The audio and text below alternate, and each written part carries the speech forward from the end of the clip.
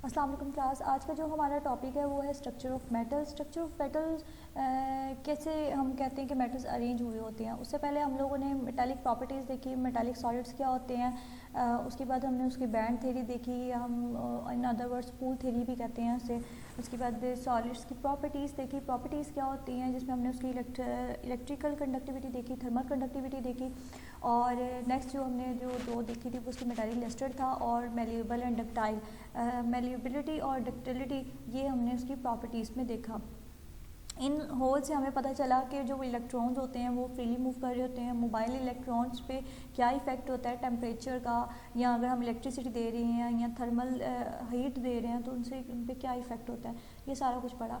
आज जो है हम बेसिकली जो बात करेंगे वो स्ट्रक्चर ऑफ मेटल्स की बात करेंगे। जो मेटल्स के स्ट्रक्चर होते हैं वो किस तरह से मूव कर रहे होते हैं या उसके अंदर किस तरह से अरेंज होते हैं। हम लोग सबसे पहले बात करते हैं कि जो फ्रीली इलेक्ट्रॉन्स होते हैं वो क्रिस्टल लैटिस के अंदर मूव कर रहे होते हैं, फ्रीली मूव कर रहे होते हैं। और ये वो इलेक्ट्रॉन्स होते हैं जो कि मेटल के एटम लूज़ कर देते हैं अपने वैलेंस इलेक्ट्रॉन्स को। ये वैलेंस इलेक्ट्रॉन्स क्या करते हैं, देन एटम के बाहर उनके सराउंडिंग में मूव करना स्टार्ट हो जाते हैं।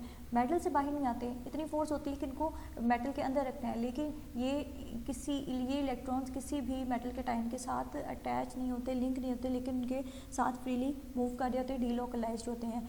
हम लोगों ने पढ़ा था कि जो मेटल होते हैं वो बहुत ज़्यादा फुली अरेंज फॉर्म में होती है, डेफिनेट पैटर्न बनाया होता है, पॉजिटिव चार्ज पेयर होता है और यही उसके आइडेंटिकल रेडियाई है, जो कि जिस तरह से कि जो मॉलिक्यूल्स हैं वो एक दूसरे के साथ अरेंज हुए होते हैं और स्पेसेस को, जितनी भी स्पेसेस उनके दरमियान हैं उनको फिलअप कर रहे होते हैं या स्पेसेस क्रिएट हो रही होती हैं। इन मेटालिक स्ट्रक्चर्स को समझने के लिए हम लोग क्या करते हैं, क्लोज पैकिंग को देखने के लिए हम लोग मेटल बोर्ड को जस्ट लाइक लेते हैं हार्ड स्फेरिकल बॉल्स, और हम लोग 12 स्फेरिकल बॉल्स लेते हैं और उनको पैक कर देखते हैं एक बॉक्स के अंदर। जैसे कि हमें फिगर 4.22 में दिखाया गया है कि हमारे पास क्या है, हार्ड स्फेयर बॉल्स हैं, मेटालिक बॉल्स जिन्हें हमने कहा है। इनको एक बॉक्स में अरेंज किया गया और इनके दरमियान, इनके लेयर्स के दरमियान क्या है, स्पेसेस प्रेजेंट है। अब हम क्या करते हैं, जो बॉक्स है उसको शेक करेंगे। शेक करने से क्या होगा, ये मूवमेंट होगी और ये दोबारा से रीअरेंज होंगी। रीअरेंज करने से क्या होगा कि इनकी जो है क्लोज पैकिंग की टेंडेंसी है वो चेंज हो जाएगी। जो मॉलिक्यूल्स हैं अब वो किसी और तरह से अरेंज हुए होंगे। अब हमने देखना है कि वो मॉलिक्यूल्स किस तरह से अरेंज होते हैं। जो मॉलिक्यूल्स होंगे वो 11 होंगे।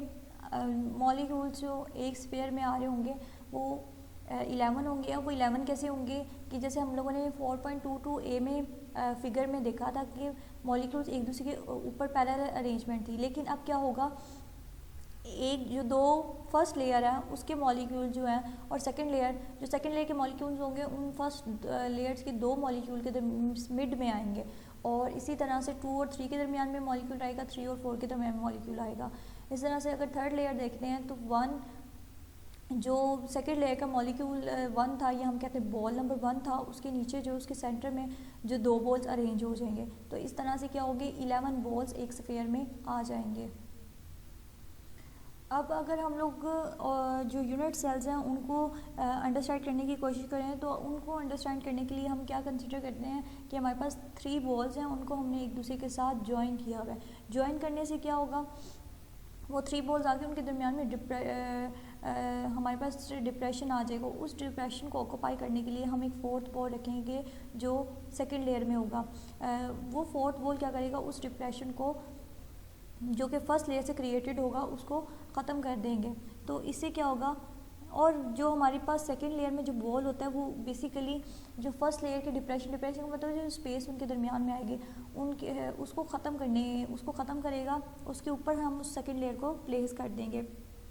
सो इस तरह से हमारे पास जो स्ट्रक्चर बनेगा वो टेट्राहेड्रल स्ट्रक्चर बनेगा। हम कहेंगे एक यूनिट सेल में जो है टेट्राहेड्रली जो है मॉलिक्यूल्स अरेंज होते हैं सो दैट इनका डिप्रेशन कम से कम किया जा सके। और जो ये डिप्रेशन होते हैं इन्हें हम क्रिएविक्स भी कहते हैं, वॉइड्स भी कहते हैं और इंटरस्टिक्स भी कहा जाता है। उसके बाद हम कंसीडर करते हैं कि हमारे पास 11 बॉल्स हैं फर्स्ट लेयर में, हमने 11 बॉल्स को अरेंज किया है, इस तरह से अरेंज किया है कि उनके अंदर जो है वो डिप्रेशन आएगा। डिप्रेशन का मतलब इंटरसेक्ट, वो पॉइंट जहाँ पर वो सारी लेयर्स मिल रही होती हैं उनके दरमियान में इंटरसेक्ट या डिप्रेशन होगा। अब हमने क्या करना है कि उसके ऊपर सेकेंड लेयर ऐड करनी है according to figure 4.22D।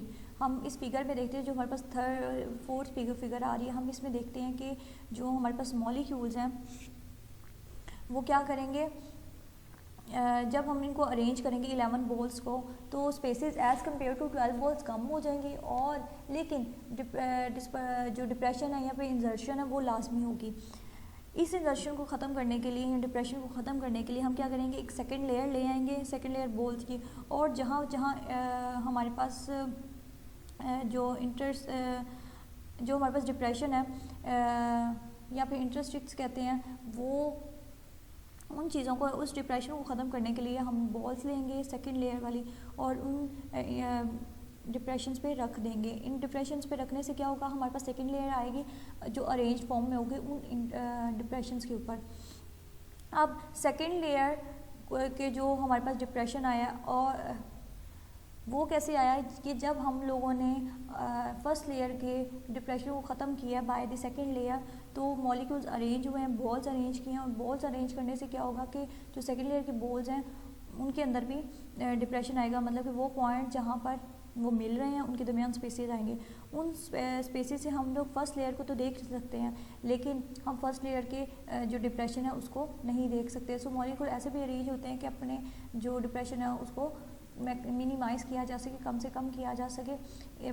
By this के हम लोग फर्स्ट लेयर लेते हैं, उसमें जो डिप्रेशन होता है उसको सेकेंड लेयर से मिनिमाइज़ कर लेते हैं। अब हमें जो डिप्रेशन नज़र आएगा वो बेसिकली जो सेकेंड लेयर है जिसको हमने ए से रिप्रेजेंट करते हैं उसका आएगा। बी वाली जो डिप्रेशन है वो ख़त्म हो जाएगी, जो हमारे पास सेकेंड लेयर है वो अकोमोडेट कर लेगी।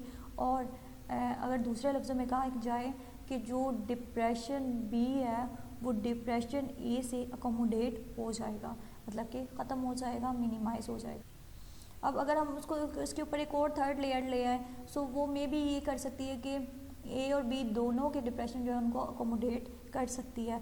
सो इसमें हमने फर्स्ट ऑफ ऑल ये पढ़ा कि हमारे पास जो शेप्स होती हैं वो कौन कौन सी होती हैं। उसके बाद हमने 12 शेप्स को मर्ज किया, एक जगह पे इकट्ठा किया, एक बॉक्स में लिया, और उनमें देखा कि हमारे लार्ज स्पेसेस थी। लेकिन जब शेक किया, मॉलिक्यूल रीअरेंज हुए, 11 बॉल्स आई, और उनके अंदर जो स्पेस थी वो कम से कम थी। अब वो बॉल्स कैसे है कि फर्स्ट लेयर जो है उसके दो मॉलिक्यूल के दरमियान सेकंड लेयर का जो बॉल आएगा वो प्रेजेंट होगा। इस तरह से स्पेसेस कम से कम होंगी।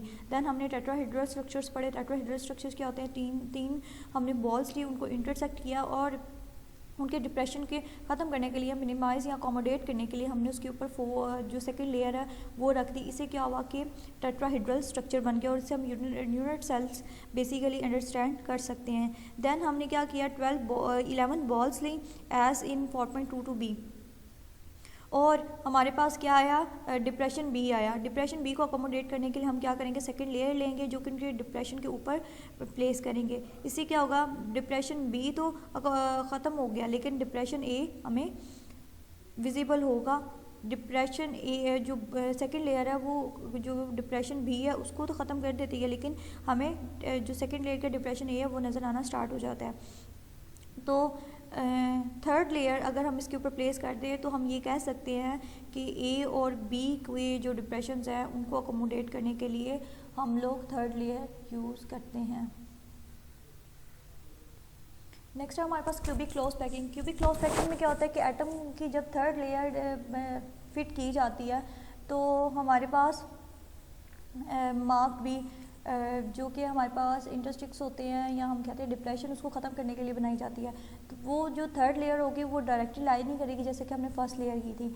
It mean to say that कि अगर हमारे पास एक लेयर है, लेयर फर्स्ट या हम उसको लेयर 1 कह देते हैं, उसके डिप्रेशन को कब करने अकोमोडेट करने के लिए हम लेयर बी लगाते हैं जिसको हम कहते हैं कि सेकेंड लेयर है। तो जब उस सेकेंड लेयर के डिप्रेशन को अकोमोडेट करने के लिए थर्ड लेयर को यूज़ किया जाता है तो हम ये नहीं कहेंगे कि वो बिल्कुल एक जो थर्ड लेयर वो फर्स्ट लेयर जैसी होगी। नो, जो थर्ड लेयर होगी वो चेंज होगी। सो इनको हम लोग ABC या 1 2 3 1 2 3 से रिप्रेजेंट करते हैं। और इस फेस को सेंटर, इसे हम जो नेम देते हैं वो कहते हैं फेस सेंटर्ड क्यूबिक अरेंजमेंट। यहाँ हमारे पास एक फिगर है, फिगर 4.23a। इस 4.23a में फिगर में दिखाया गया कि मॉलिक्यूल्स को अरेंज किया गया। फर्स्ट लेयर जो हमारे पास है वो ब्लू है, देन सेकंड लेयर है वो ब्लैक है, थर्ड लेयर जो हमारे पास वो वाइट है। तो क्या होगा, मॉलिक्यूल फर्स्ट अरेंज हुए हैं, ए जो हमारे पास मॉलिक्यूल्स हैं ए बी सी के थ्रू अरेंज हुए हैं। क्या होगा, फर्स्ट में हमारे पास जो फर्स्ट लेयर होगी उसमें जितने भी बॉल्स हैं, हम इसको मॉलिक्यूल्स कह रहे हैं, बॉल्स जो हैं वो क्या होंगे, अरेंज होंगे। उनके डिप्रेशन को कम करने के लिए या ख़त्म अकोमोडेट करने के लिए लेयर बी लगाएंगे। लेयर बी में क्या होगा, ये इसके अपने डिप्रेशन आना स्टार्ट हो जाएगी, लेकिन ये जो फर्स्ट लेयर है उनके डिप्रेशन को या उनके इंस्ट्रिक्स को क्या करेंगी, अकोमोडेट करेंगी, फिल करने की कोशिश करेंगी।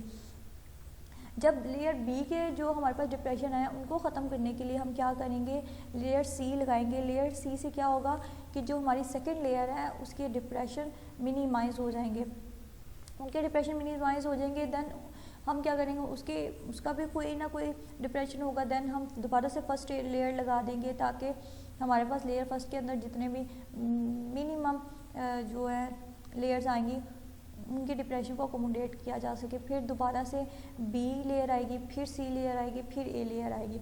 और हमारे साथ इस फिगर में उनके साथ ही बताया गया कि लेयर सी किस शेप की है, लेयर बी जो है वो हमारी किस शेप की है और लेयर ए किस शेप की है। तो हमारे पास ए बी सी इस तरह से अरेंजमेंट सारी आ जाएगी, हमें पता चल जाएगा कि मॉलिक्यूल को अरेंज किस तरह से करना है। जैसे थर्ड फिगर में आपको दिखाया जा रहा है कि ये वाइट है, वाइट के ऊपर लेयर ए है, देन लेयर बी उसको अकोमोडेट कर रही है और लेयर सी उसके जितने भी डिप्रेशन है उसको अकोमोडेट कर रही है। इसे हम कहते हैं कि ये क्यूबिक क्लोज पैकिंग है या फेस सेंटर क्यूबिक अरेंजमेंट है। कि फेस सेंटर है मतलब कि इसका कोई ना कोई ख़ास शेप है, हम लोग इसको देख सकते हैं, इसका कोई ना कोई एक सेंटर है। अब दूसरी जो बात करते हैं हम लोग हेक्सागोनल क्लोज पैकिंग कर सकते हैं। हेक्सागोनल क्लोज पैकिंग में क्या होता है, जो हमारा फेस सेंटर्ड क्यूबिक स्ट्रक्चर होता है उसमें कंप्लीट ये नहीं होता कि हम लोगों ने उसके डिस्प्रेशन को ही ख़त्म करना है, जस्ट वो चीज़ें बन रही होती हैं, मॉलिक्यूल्स बन रहे होते हैं, स्ट्रक्चर्स प्रोड्यूस हो रहे होते हैं। लेकिन हेक्सागोनल क्लोज पैकिंग में ये होता है कि जैसे हमारे पास ए बी टाइप है, लेकिन अगर हम फेस सेंटर की बात करें तो हमारे पास होता है ए का डिप्रेशन है बी ने ख़त्म किया, बी का डिप्रेशन है सी ने कम किया है, सी का डिप्रेशन है फिर ए ने कम किया, फिर उसका डिप्रेशन बी कम करेगा। इस तरह से हमारे क्या होते हैं, डिप्रेशन को कम किया जाता है। लेकिन हेक्सागोनल में क्या होता है, एक लेयर है ए हमारे पास, उसकी डिप्रेशन को ख़त्म करने के लिए बी आएगा, बी के डिप्रेशन को ख़त्म करने के लिए ए, मतलब कि ए बी या 1 2 1 2 1 2 इस तरह से पैटर्न चल रहे होते हैं, इसलिए इसे कहते हैं कि हेक्सागोनल है। ये हेक्सागोनल ही स्ट्रक्चर बना रहे होते हैं।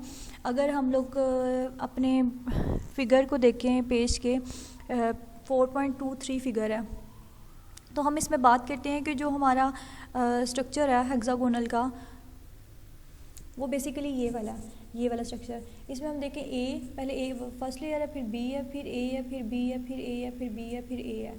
और अगर हम लोग बी का स्ट्रक्चर देखें तो हमारे पास 3 है, ए का देखें तो हमारे पास 7 बॉल्स हैं। अगर हम फिर बात करें बी का स्ट्रक्चर, हमारे पास 3 बॉल्स हैं, मतलब कि इस 7 बॉल्स में जो डिप्रेशन होंगे वो 1 2 3 एंड 4 3 है हमारे पास डिप्रेशन। तो उन 3 डिप्रेशन को ख़त्म करने के लिए हमारे पास क्या आ जाएगा, ये 3 का स्ट्रक्चर आ जाएगा। हम इसके ऊपर रखेंगे तो इससे क्या होगा कि ए के जितने भी डिप्रेशन है या वो पॉइंट जहाँ पर इंटरसेक्ट कर रहे हैं वहाँ पर क्या होगा, वो ख़त्म हो जाएंगे। उसके बाद हमारे पास जो लोअर लेयर होगी वो भी ऐसी होगी कि इसके डिप्रेशन को ख़त्म करने के लिए हम लोगों ने ये लेयर प्रोड्यूस की।